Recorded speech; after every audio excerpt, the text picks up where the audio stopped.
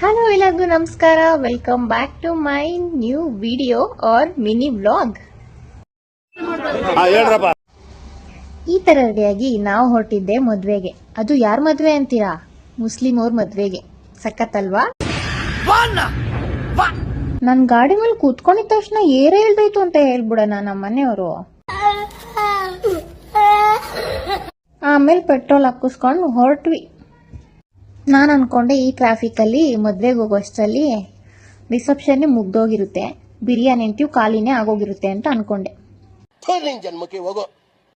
ಅಲ್ಲೊಂದು ಟ್ರಾಫಿಕ್ ಮುಗಿಸ್ಕೊಂಡು ಹೊರಟಿದ ತಕ್ಷಣ ಇನ್ನೊಂದು ಟ್ರಾಫಿಕ್ ಸಿಗಾಕೊಂಡ್ಬಿಟ್ವಿ. ಹೆಲ್ಮೆಟ್ ಹಾಕೊಂಡು ಹೇರ್ ಸ್ಟೈಲ್ ಎಲ್ಲ ಹಾಳಾಗೋಯ್ತು ಅಂತ ಬೇಜಾರಾಯ್ತು. ಸರಿ ಆಯ್ತು, ನಮ್ಮ ಅತ್ತೆ ನಮ್ಮವ್ವ ಇನ್ನೂ ಬರ್ಲಿಲ್ವಲ್ಲ ಅಂತ ನೋಡ್ತಾ ಇದ್ರೆ ಈಗ ಬಂದ್ರು. ಸರಿ ಆಯ್ತು ಅಂತ ನಾವು ಅವರಿಂದ ಕೊನೆಗೂ ಚೌಟ್ರಿ ಹತ್ರ ಬಂದು ತಲುಪಿದ್ವಿ.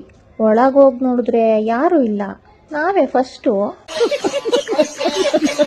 ಹುಡ್ಗ ಹುಡ್ಗಿ ಮುಖ ನೋಡ್ಕೊಂಡು ಊಟಕ್ಕೆ ಹೋಗೋಣ ಅಂತ ಊಟಕ್ಕೆ ಹೋಗಿ ಕೂತ್ಕೊಂಡ್ವಿ.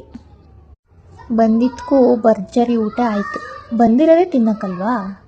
ಮಂತಂದವ್ರು ಅಂದ್ರಲ್ಲ, ಯಾವ್ದದು? ಅಲ್ಲ, ಬಕಾಸೂರ್ ವಂಶದವ್ರು ನೀವು. Meet my new sister. Hi. ನಮ್ಮ ದೇಶ ಇದೆ, ನಾವು ಕೊಟ್ಟಿರೋ ದೇಶ ಇದು. ವ್ಲಾಗಿಗೆ ತಿಂತಾ ಇದ್ದೀನಿ ಕಬಾಬ್. ಸೂಪರ್ ಆಗಿದೆ ಗೈಸ್. 17 ಕಿಲೋಮೀಟರ್ ಇಂದ ಜರ್ನಿ ಮಾಡ್ಕೊಂಡ್ ಬಂದಿದ್ಕು ಸಾಕಾಯ್ತು. ನಿಮ್ಗೆ ಹಂಗ ಅನಿಸ್ತು? ಹಂಗೆ ಊಟ ಮುಗಿಸಿ ಬರೋ ಅಷ್ಟರಲ್ಲಿ ಹುಡ್ಗಿ ಈ ತರ ರೆಡಿ ಆಗ್ಬಿಟ್ಟಿರೋಣ.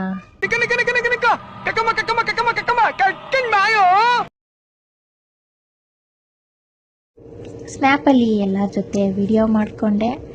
ಆಮೇಲೆ ಏನು ಮಾಡೋಣ ಅಂದ್ಕೊಂಡು ನಾನೇ ಒಂದೆರಡು ಫೋಸ್ ಕೊಟ್ಕೊಂಡೆ.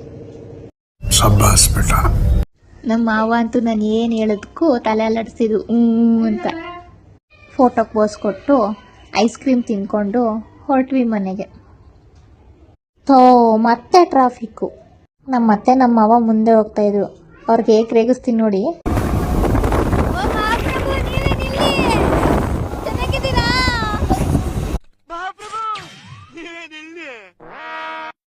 ಫೈನಲಿ ನಾವು ಮನೆಗೆ ಬಂದಿದ ತಕ್ಷಣ ನನ್ನ ಮಗನಂತೂ ಸುಧಾರಿಸೋ ಅಷ್ಟಲ್ಲಿ ಸುಸ್ತಾಯ್ತು. ಅವನು ಸ್ವಲ್ಪ ಹೊತ್ತು ಆಟ ಆಡಿಸ್ದೆ, ಸಮಾಧಾನ ಆದ.